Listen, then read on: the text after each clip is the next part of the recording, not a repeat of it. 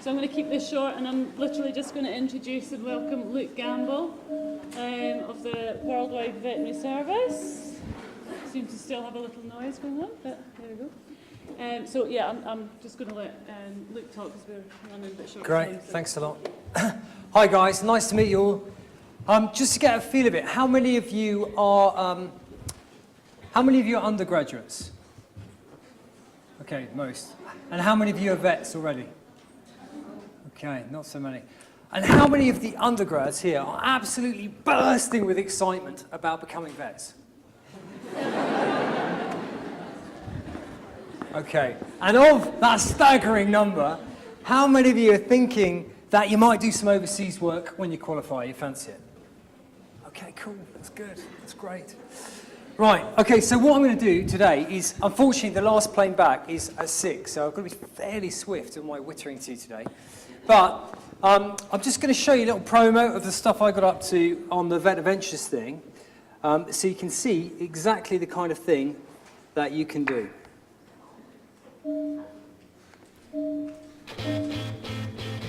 Firm ground. Oh, we made it. I'm now trying to master these moves to encourage instead of wanting to go to the toilet, hopefully not in my hand. I just got absolutely splattered in anal gland. She's got a tiny little baby rhino calf. I've got to make an incision almost the entire length of the dog. It's pretty much as big a surgery as it gets. Quick, come here, come here. If I just climb through this window here, there's a twig when you want one. Hey, Naughty monkey, come on, out the way.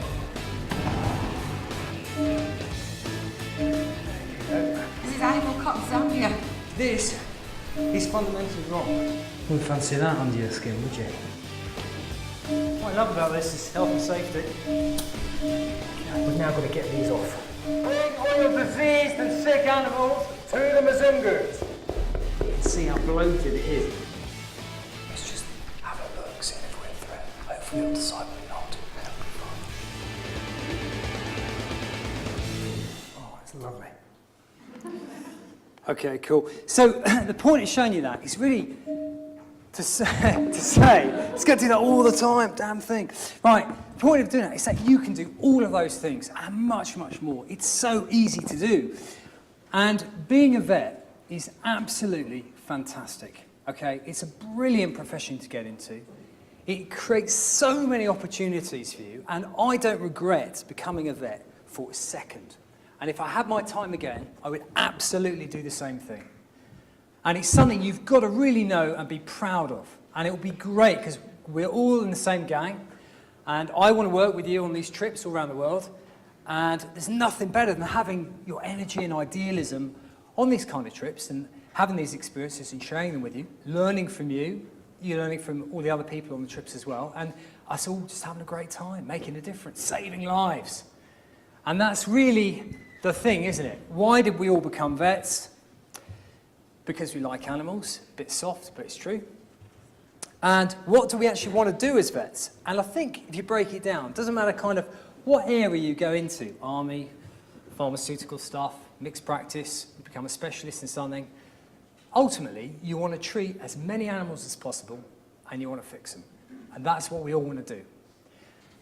Now, my background, briefly, is I qualified in '99 and I spent the first couple of years in mixed practice, sort of cutting my teeth, learning my thing, and was being a vet everything I expected and wanted to be. And to be honest, it kind of was and it kind of wasn't. I was so excited, you know, about actually making it in my first job, and you'll have all the same feelings that I had. And you know, I remember just a few months after qualifying, you'll get this as well. You'll be on call if you do a practice with on call, which I recommend you do. And it was New Year's Eve, it was Millennium New Year's Eve. Short straw, quarter to midnight, the phone rang. And this client was on the end of the phone. And she said, is that Morley Partners? I went, yeah, emergency veterinary service. She says, right, my cat has acute feline glaucoma and I demand you see it immediately. It's like, who ever phones up and says, my cat has acute feline glaucoma? No one ever has, and no one probably ever will, other than this lady. And of course, immediately I thought, these are my mates having a laugh. They've stitched me up, and someone is phoning at quarter to midnight on Millennium, New Year's Eve, with this. And that's like, yeah. Oh, well, that sounds desperate emergency, madam. I should see you right away. Okay, I said, sort of smiling my voice. Have you been drinking? No, not at all. She said, I'll have you know I'm a senior ophthalmic nurse for a leading consultant, Taunton Hospital, and my cat needs emergency treatment right now. Oh, Christ almighty, you know. Absolute nightmare. I said, well, it's great, but I mean, I'm going to, I said, I'm terribly sorry, right? We better see your poor cat. Trying to remember exactly what acute feline glaucoma was at that point. But it's going to be hard to see you in the town centre because it's closed, because it's New Year's Eve and there's like a massive party and I can't really get through, so it'll be like an hour or so. Fine, if you'll be like that, I'll see you tomorrow morning out the surgery at 6 a.m. Bang, hung up. Shit. So, basically, hit the books. Let's try and learn everything I can about acute feline glaucoma. And I pitched up on New Year's Day, and sure enough, the cat, weirdly, did actually have acute feline glaucoma. You know, being shot with an air gun pellet. It went under its eye. Its eye was full of blood, and took the eye out, which I'd never done before. I sort of muddled around with it, and it had gone through the back of the orbit. So I removed a slight fragment of bone, and the pellet was just behind that. And I call that brain surgery, to be honest with you. And luckily, the cat made it. And you know what? That was just the most... That was probably like one of the biggest highs I've had, because that was like, I was completely out of my depth. And it worked, it went okay. And it just, well, look, you know what? Kind of really hard, difficult things are actually possible. You can do this, you can make a difference. It isn't all that hard and terrifying. And it was like a switch, and it was a great thing for me. And you're going to have exactly the same. You've got to go for it, trust in yourself, take your time, and savour those victories. But the other hard thing during that first year was actually, the other side, was actually the client, the horrible lady that accused me of being drunk, sort of pretty quickly, admittedly. The whole scenario was bizarre. But the other clients, you'll do the work and they won't pay. And as the sort of junior assistant in practice, that won't massively sort of get on your radar right then. But later on it will. And it'll erode your faith just a tiny bit in what it's all about. And you'll realise, you'll read like that article, I don't know if you saw it in the Daily Mail, of all like Chronicle revered newspapers. It rated vet salaries. And you will, in fact, earn less, sadly, than trained drivers. And obviously doctors, dentists, plasterers, plumbers, all this kind of stuff. But you will earn more than part-time receptionists, which is a massive plus. And you will have a job of so much variety and challenge and enjoyment and scope for development that it marks it out as an absolutely unique privilege to be a part of. And that is something you've got to cling on to. Now, whilst I was in that first job, I then did a huge operation on a rabbit, of all things. I spent a couple of hours operating on this rabbit, and it died. And I was sad about that, obviously. And I went back home, and I turned on the TV, and it was Mozambique flood aid at the time. There's a lady in a tree giving birth. And I remember watching it thinking, my God, you know, I've just done all this stuff, operating on a rabbit, rabbit's died, all this energy, everything I've worked for, am I really making a difference? Am I actually helping? And you'll also go through exactly the same thing. I think all my buddies have gone through this as well. It's this whole dilemma, is it really worth it? Should I be doing something else? Should I be using the powers and energy and passion to make a difference in the world? And can I do it as being a vet? And it bothered me again. Obviously, I was a troubled soul in this first year, and I spoke to some friends about it, and one of them said to me, he said, "Luke, you know what? You've worked so hard to be a vet, and everyone can make a difference in their corner. You should stick with it. You shouldn't think about becoming a doctor or doing anything else. You should stick with this and carve your niche out. Just give it longer. Just really go for it, you know." And so what I did is I went on a trip overseas with a friend of mine to Samos, Greek island, because I saw an advert, there was a dog shelter there that was really having trouble. And we went to Samos, and it was pretty rough and ready. That was the garden table there. We're trying to help all these dog shelters, this dog shelter where they were dumping all the dogs, and we had to prop the garden table, brought it inside, propped it up on sticks and bits of wood and all that kind of stuff, and, you know, it was all pretty crazy, but it was a massive eye-opener. And it's the first time I saw sort of situations where they had guard dogs where guys had chopped the ends of their ears off to make them look a bit more scary. And I had these dilemmas of things like, you know, dogs with Leishmaniasis up there, which you'll almost certainly see now in the UK very shortly. FELV, FIV cats. You see this here. This is quite interesting. This is the where we ear tip them. So if you see cats when you're on holiday, left ear tip, you do a flat tip. That means they've been neutered. And of course, puppies. It was a big dilemma. These guys were this fellow who's running the shelter, who was basically an animal activist.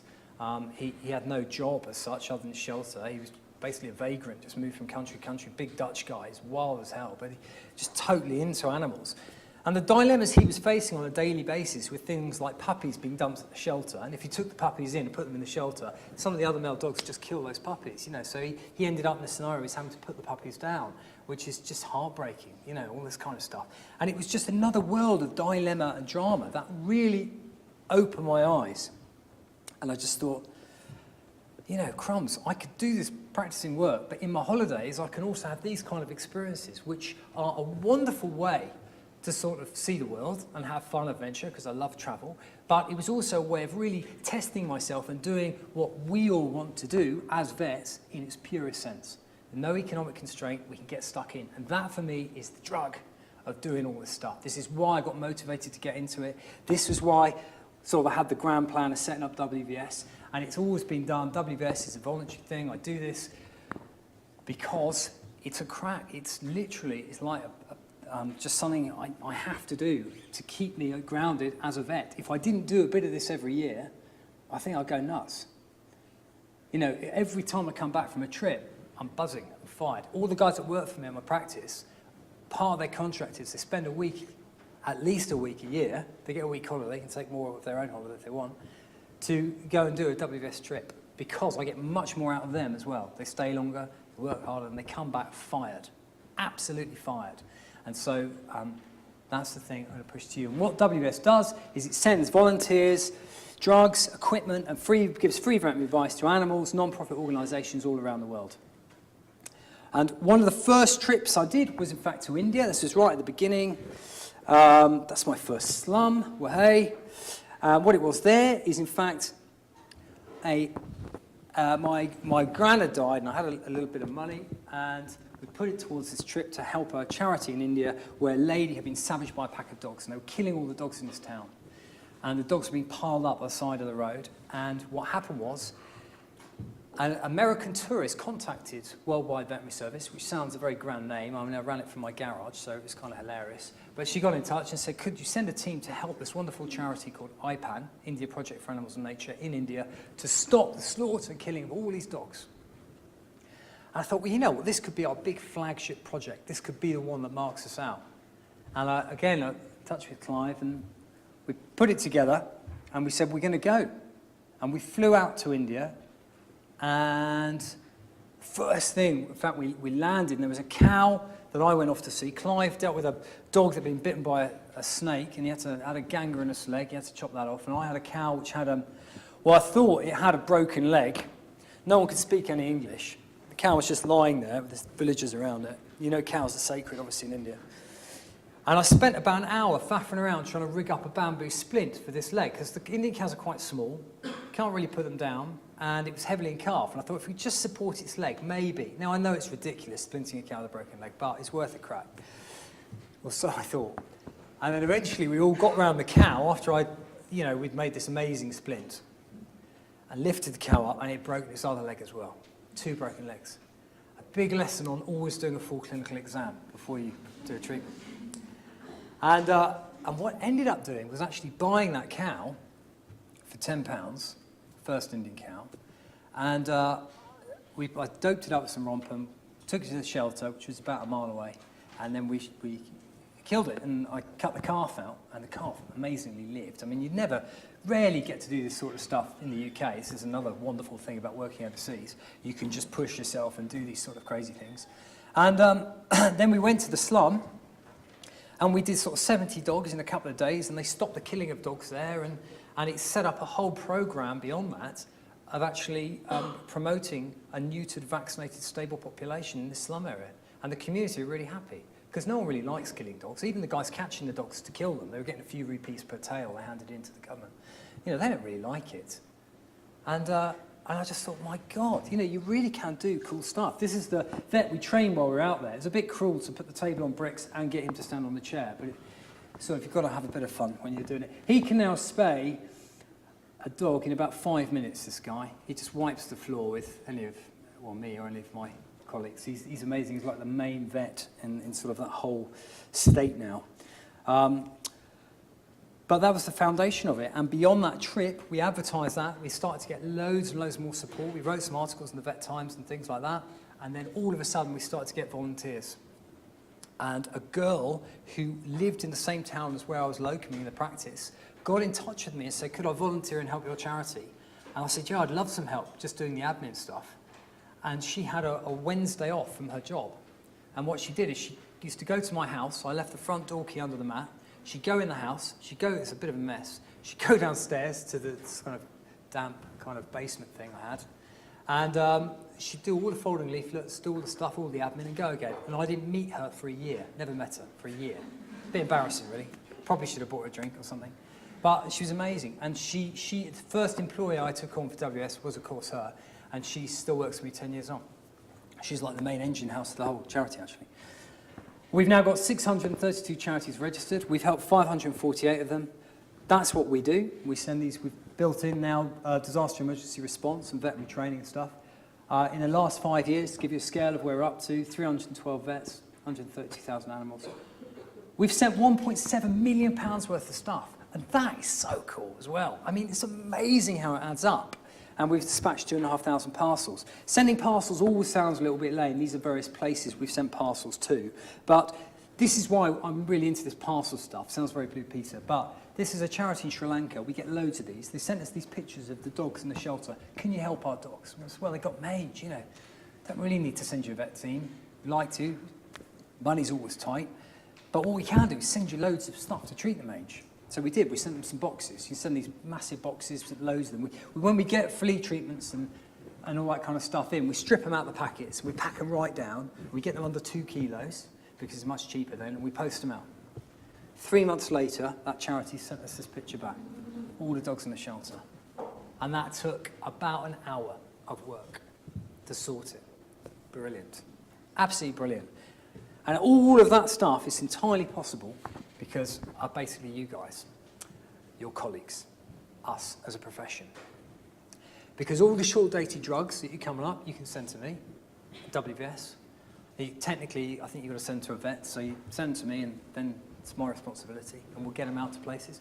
And all the volunteers, the vets, they give up their time and they pile out and they do it and it's catching on. There's now loads of opportunity for you to go all over the place and do little projects with different groups and do different things.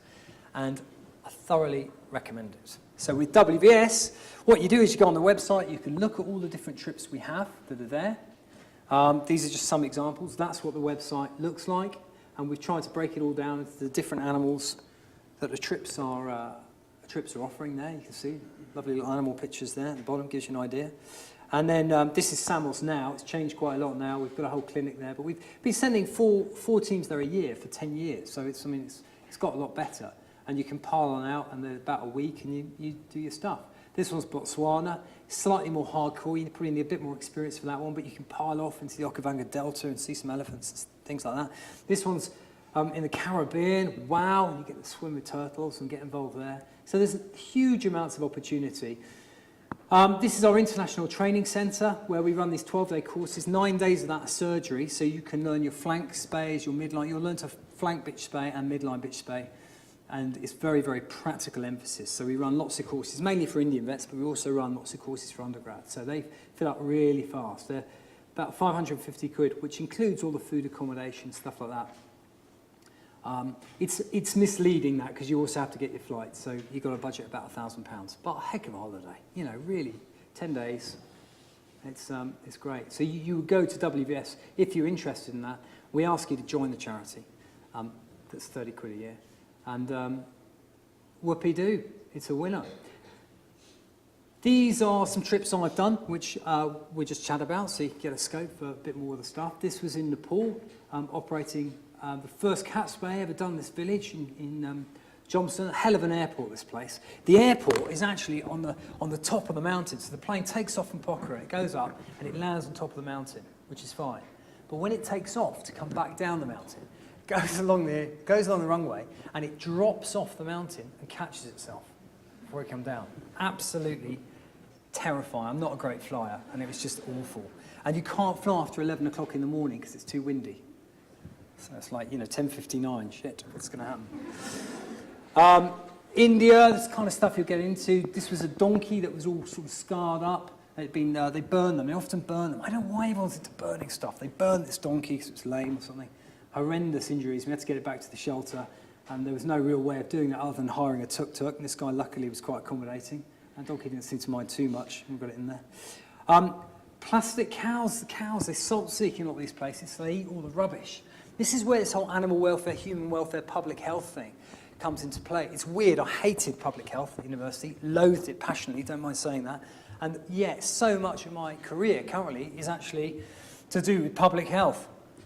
So odd, but obviously rubbish collection and rubbish distribution is a big problem in all these places. Everyone just chucks rubbish everywhere, and that attracts dogs and all that kind of stuff. But cows, they eat the plastic. Horses also eat it, actually. It's a horrible death. It's an awful thing. But there was 17 kilos of plastic from one of those cows we did there. This was, I've got to be careful how I phrase this. This was a monk with a fighting cockerel, and it had a, basically, he had been in a, he used to rescue all these fighting cocks, and he rescued them, and he lived as pretty much a hermit. You wouldn't mess with these guys. They're tiny, but they're ripped. They're like ninjas, but his whole thing was trying to save all these fighting cocks that were like discarded after they'd been scrapping. So obviously grappling with a monk's fighting cock, basically. And I removed from that one a huge, great spur that was embedded in his chest. But these sort of fellas, it's the other thing. All these places and these trips that I go on, you will go on, some of you will have been on. The thing that really makes it isn't just fixing those animals, it's the people you meet that inspire you and lift you, and that massive altruism. So this guy, obviously devoutly religious, doing his thing in his isolation for a few years, except for his chickens and obviously me rocking up at that particular time to give him a hand because he was stuck. He's an amazing guy, just really cared. And he used to go down there, and no one's going to mess with him when they're doing all these, they do the fights, and he'd literally pick up the birds and go off. And there's money, but obviously being a ninja helps in those situations. So he had loads and loads of them. But wonderful thing. This little fellow was an orphan called Richard. Huge AIDS problem in Lusaka in Zambia. Loads of orphans everywhere, and he was trading puppies at the side of the road. And there's a clip where I'm running after this guy where we stopped to get it. There's obviously no way an oaf like me is going to catch him. Not a chance in it. I run like a duck, so there's not a hope I was going to catch this guy. What actually stopped him was an undercover policeman putting a gun on his head as we got to a main road junction, which was kind of scary, particularly for him. But once we diffused that situation, got him back to the shelter, and I made a deal with him. I said, if you come to the big clinic I'm doing on Saturday, I'll give you some money, and you can help me for the day. If you help me for the day, doing this thing. And everyone thought, you're mental. He's never going to pitch up. But sure enough, he turned up, and he was my assistant for the day. And between me and another vet, we did 700 dogs in that day. And at one point, I had to go off to do a little, little talk or something. And I said, can you keep an eye on my stuff? And I had a bag with all my medicines, all my drugs, and it was probably worth about 1,500 quid. He would have known that, but it had everything in it. But there's no way I was going to lug this whole thing with me, and he was my assistant, and we were there. And when I came back, nothing had been touched. He was just completely guarded, looked out for it. And the shelter was so impressed with him, they gave him a job. And he had a job for a couple of years. Sadly, it wasn't a massive happy story at the end, but 2 years, he had a good job. And it just shows you that sometimes, there's good in everyone, it can really come through and it pulls people in, this sort of animal welfare stuff. It's just a wonderful story. This one, Mexico, you get in these scenarios. This fella, this is only to show you this guy, he was massively into rescuing snakes. He wanted to see the snake. So proud of himself. Had this big plastic tub, and we're standing in there's like a ravine. And we're standing in the ravine, he had a big plastic tub, and he had all these flipping snakes. And one of the snakes, he said, you've got to look at this snake, it's a rattlesnake. In Mexico, we've got loads of rattlesnakes, and then we grade them into their deadliness. And this is a 6 out of 10 deadly rattlesnake. I thought, oh, right, brilliant. Is it sick? No, but you've got to see it. And before you flipping say anything, he opens the lid, he picks this flipping rattlesnake up, and then he drops it. Absolutely, right there. Like, absolutely. We all pretty much wet ourselves at that point. Rattlesnake went mental. Couldn't get out. It's a flipping ravine. I mean, I'm not the world's best rock climber, but I gave it a bloody good go at that point. And that's why I'm sort of mixed facial expression there, because this guy was just dishing snakes around, and we couldn't leave soon enough. But you'll have all this. Everyone will bring you all sorts of different animals from these places. This was an elephant that had its leg blown off by a landmine on the Thai-Burma border. It's really, really sad. They're trying to fit these false legs to them. It's just tragic, this whole captive elephant stuff. I mean, honestly, it breaks your heart. It's so, so sad. I'm really into elephants, and it's such a bad time. They break their spirit. It's just awful, awful stuff. But very interesting to see them try and fix a false leg and not give up on it. So that was cool. It did okay. And we're getting as well into this disaster emergency response. So do you remember the Egyptian thing a couple of years ago? We set up a team. I went out there sort of 4 days after Mbarak actually went. It was just me to get the ground sort of settled. And then we sent out 4 other teams after that to train up the vets. But all the animals in Cairo were just being dropped off by the expats who were leaving Cairo Central. And so that shelter there had a capacity for about 180 dogs, and they had 600 dogs in there. And that cat shelter was amazing, had 300 cats in it. If you ever want to smell cat wee, that's the place to go. But she'd gone to so much effort, the lady with that thing. Obviously, they're totally overwhelmed. I mean, how can you ever manage 300 flipping cats? And think of the welfare issues of those cats. I mean, they're sensitive souls cats. It was a bit of a saddie. But obviously, they had these massive. What she did is she built this huge sort of pagoda thing in the middle of this yard. It's probably the size of this lecture theatre, and all the cats were on different tiers. And she'd rigged up shelves all around the walls so they could all climb up high. It wasn't massively expensive, but it was one of the most inventive kind of catteries I've ever seen in my life. It was amazing. There were lots of little areas where different cats could go and hide away, and some little rooms off the side. She'd really bust a gut with it. Wonderful, wonderful lady to do that. And the best projects, of course, are the ones of animal welfare for human welfare. We did this one to Kenya around the IDP camps after the political unrest in 2008. So we went with Red Cross and Médecins Sans Frontières, and we vaccinated 11,000 animals in 9 days or something. It was amazing, eye-opener. But what it did is it gave me you're edging through a queue of starving women and children, clutching some cattle wormer, and you just think, what the hell am I doing? You know, they're queuing up for extra ration. You just think, I'm a mental. They're so inappropriate. But in actual fact, the people in those camps couldn't get enough of us. They loved it because, of course, they depend on the livestock for everything. It's their food, their meat, their milk, everything, their whole livelihood. And as vets, we have a unique role in this humanitarian thing. We've got to keep in the background and do our stuff because human welfare is always going to be more important. But you know what? There's a definite role for vets in there and doing good stuff, and I love that. I mean, there's nothing more rewarding. And obviously, at the moment, I'm just hugely into this whole rabies project, which hopefully you've heard about, where we've got this big coalition of sponsors, which we launched this year. So I had this crazy idea to build a big fancy yellow truck and ship it to India and use this as a flagship model to drive it around India, to train loads of vets, as a bit of an extension of the International Training Centre, to get right there to say, look guys, come on board, do these courses, we'll teach you how to do this stuff in the field. And the truck is knockout. You could obviously hire a cheap Indian lorry and do it, but this truck has got like a camera in the operating theatre. It's got a big screen on the side of it, so you can operate in there. It beams it outside. You can rig up the tent. It's got its own electricity and water. Guys can operate simultaneously. It's just the most amazing thing ever. I love this truck to bits. Hopefully you can tell, and it's brilliant. And what we did is we targeted 14 areas, 28 days, because we wanted to finish on World Rabies Day, which is 28th of Feb, Pasteur's anniversary. And the idea was we would cover 70%. If you have a vaccination campaign, you've got to nail 70% of the population. That's the gold number to sort of combat the disease. And we did 61,000 animals in that 28 days. There were 500 people involved in the project, actually, from 14 different countries around the world. So it's a wonderful, great, fun thing to get involved with. I'll show you the video. It's going to do that annoying beeping thing, I don't know why.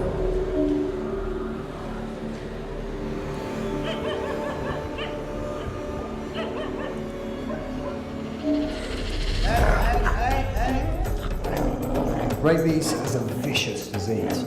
It's absolutely merciless how it gets hold and kills both dogs and people. It's one of the worst deaths anyone can have. Anyone who starts showing the clinical signs of the disease dies. Simple as that. Yeah, that's it. Poor thing. It's deadly, but it's 100% preventable, and that's why we set up Mission Rabies.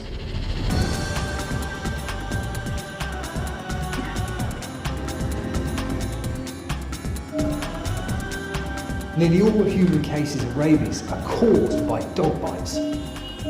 So we're running mass canine vaccination programs across India, working with local organisations, Indian government. We've got volunteers who have come from all over the world to come together and catch and vaccinate as many dogs as possible. They're pretty feisty dogs. They are just street dogs. They don't like anybody messing with them, so they are quite, they're biters, these dogs, which is why I got the nets. Running a mass vaccination campaign combined with neutering for population control is a proven way to eradicate the disease.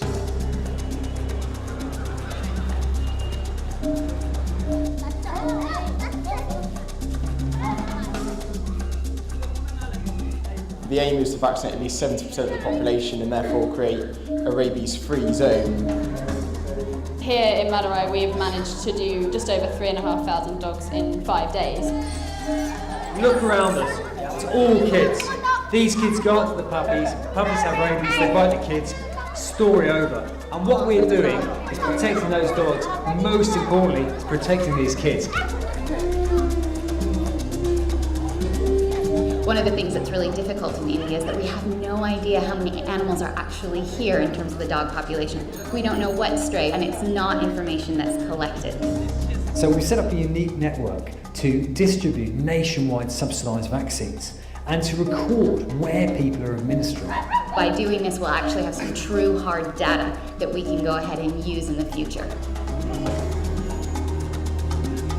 Part of the success of the project depends on getting that community support and awareness, and we're doing that by running these education programs.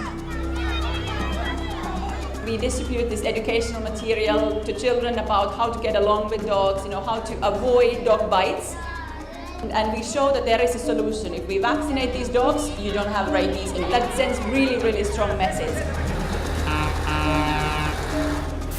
The flagship of the project is a high-tech, all-terrain truck that we converted into a mobile veterinary hospital to run surgical training courses to teach local vets the key skills in neutering and vaccination campaigns. It's an amazing piece of kit. It's going to revolutionise our capacity for vet training across India. None of this would have been possible without the international animal welfare community coming together. This effort of all getting together and clearing or vaccinating a particular area is something which has never been done. It is a massive challenge, but everybody wants to work together to wipe out this deadly disease. We've got local organisations, we've got international charities, all coming together in this shared mission. For me, Mission Rabies is about making a difference in people's lives. So I think as a vet, this is my chance to actually make a difference in the world. All these guys here, without them, none of this happens. No one of us is ever as strong as all of us. When they say in unity there is amazing strength. I think we have to leverage on that and make this program a genuine success. Mission Rabies, I think, has given the NGOs the opportunity to reach for something which we never imagined. Mass vaccination and neutering is working. We can beat this. Rabies is 100% preventable. There's no excuse. We've just got to keep driving it on. And India is just the beginning.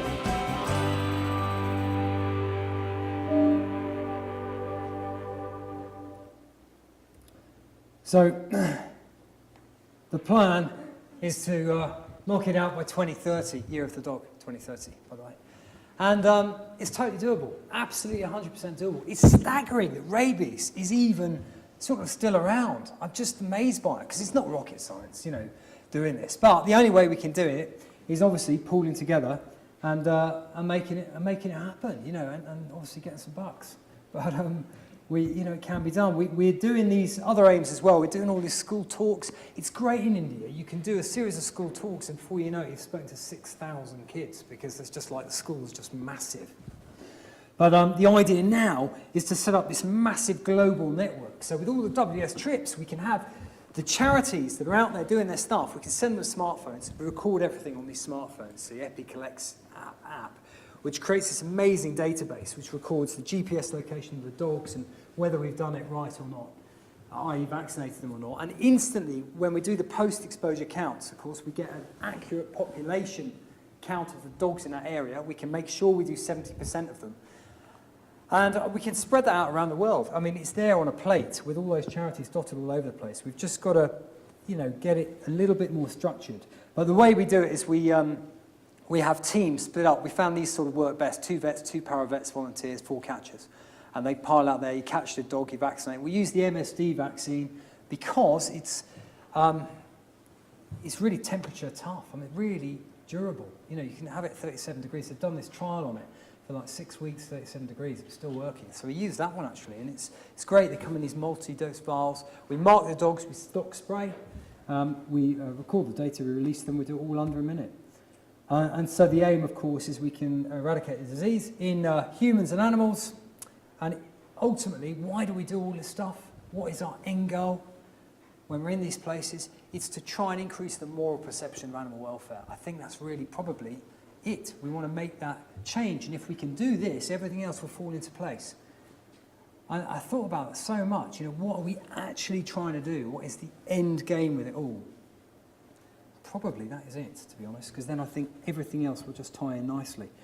So what we need is we're going to do a big drive in April in South Africa. Anyone fancies come to South Africa in April? You can. I'd love your help. We're going to do 10,000 vaccinations, 2,000 neuters. We're going to do India, which we're doing constantly throughout the year. So if you go to missionrabies.com, you can see all the opportunities coming up there. I want to wipe it out. I think we can do the whole of Gambia in 3 months. I think that is doable. I mean, I need funding for it, but Gambia's tiny. It sounds great, the whole country, that's why I say it. But actually, it's a tiny country. And I think there's only about 250,000 dogs there. There's no hard data on it, but that is, again, absolutely doable. And look how happy all these volunteers are. That could be you guys. Cha-ching. So please bear it in mind. Please come out and do it. These are all the sponsors. Dogs Trust particularly are just awesome. Really wonderful charity. Have helped WVS, Mission Rabies massively, but serve all these other great organisations as well. And especially a massive thanks to you for listening to me harping on and wittering at you. How many people now are super excited about being vets and doing these trips? Come on, yeah. Good. Great. Thanks, guys.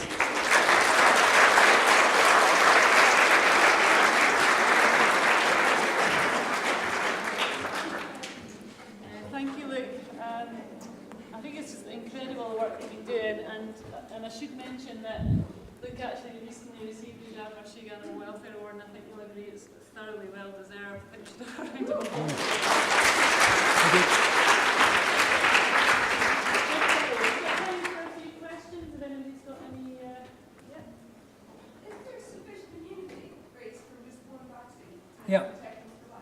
Yeah, there is. There is. So it's tough with the puppies. Obviously, maternal antibody will mess it up a little bit, but the vaccine's safe. You can give it any age. There's no dramas at all. But yes, it is safe. So 1 jab will crack it, and you'll know that when you do your pet, when you do the rabies blood test in the UK, you'll check. You'll just give them 1 vaccine, and you'll test 21 days later, and you'll see that they'll be fine. And the vaccine we use is actually much stronger than the one we use in the UK. So we're 99.999% sure it's nailing it. Any other questions?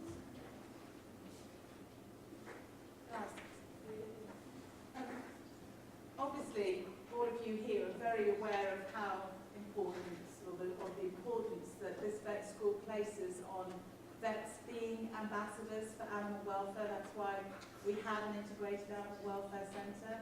But we're really proud to be able to associate with Luke and all of the team, because I think for us, you know, this really does show what vets can do if they really want to get involved in real life animal welfare, because I mean, you do it every day, but what you do, I think, really does, you know, the sorts of things that you see, I think, really do. I think it's having that mix. I think you're right, and that's what my guys love. I mean, I've got a practice in the New Forest. We do the same stuff every other practice does.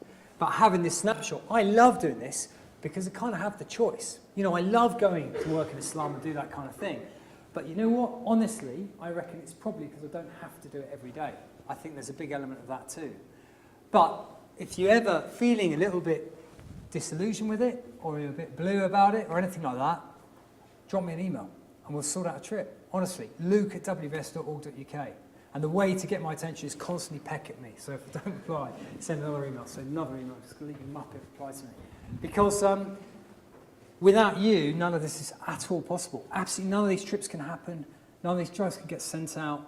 Stuff you do, some of you will go on and be real top shots and high flyers in certain fields. You'll be awesome. Some of you will also be awesome in other fields. Honestly, you will be. I'm very special. Everyone's special, guys. But you know what? I need all the different, there's jobs for everybody. You know, I've got a ministry vet from Ireland who's volunteering her time to help with the epidemiology because I've got no idea. I'm rubbish at that stuff. And she's someone I would never really probably have any professional sort of contact with, and yet we're colleagues, we're drawn together with this project, completely different walks of life, totally different careers, bang, we're in there. You know, we've got some army vets who are starting to come on some of the trips again. You know, all this kind of stuff, there's uses for absolutely everyone. We've got some guys in the pharmaceutical industry helping us with bits and bobs, you know, giving us that backing. We've got academics helping us with the papers, all this kind of stuff. So there's definitely scope. Those that become equine vets, I mean, God, the need for help and work in equines around the world is just massive. Just a week in that time and help, energy, expertise. And as you claw up and get, you know, big shots and everything, then that's wonderful. But even before then, right now, when you qualify, you are so fired. You are great fun to have on these trips. Just because you're bursting with it and you remember why you wanted to be a vet and it's still fresh with you. And you've got to hang on to that for your careers. And don't get sucked into it and don't get depressed about it because it is wonderful. Any other questions? I was going to ask, are there any opportunities for people who are not vets? Yeah, there are, absolutely. We are trying to build trips more and more non-vets. I mean, for example, even say like Mission Rabies, you know, there's lots of non-vets. We got a lot of vet nurses, a lot of some people who just came out, just wanted to get stuck in, help us with the data collection and all that. They've got to be kind of tough because they've got to understand it's quite hardcore. You know, they're going to see horrible things. If you go to India, even doing like a Mission Rabies project, you're going to see hardcore stuff. You're going to go to places that you would never go as a tourist. You're going to see dogs with horrific TVTs, really sad, heartbreaking injuries, and you're going to have all that kind of stuff going on. So if you're a non-vet, it does take a little bit of getting used to. You have to be a certain mindset. But yeah, absolutely. Okay.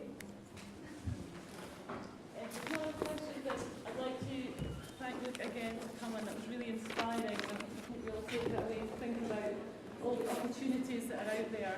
So thank you very much. Cool. Thanks so much. That's lovely.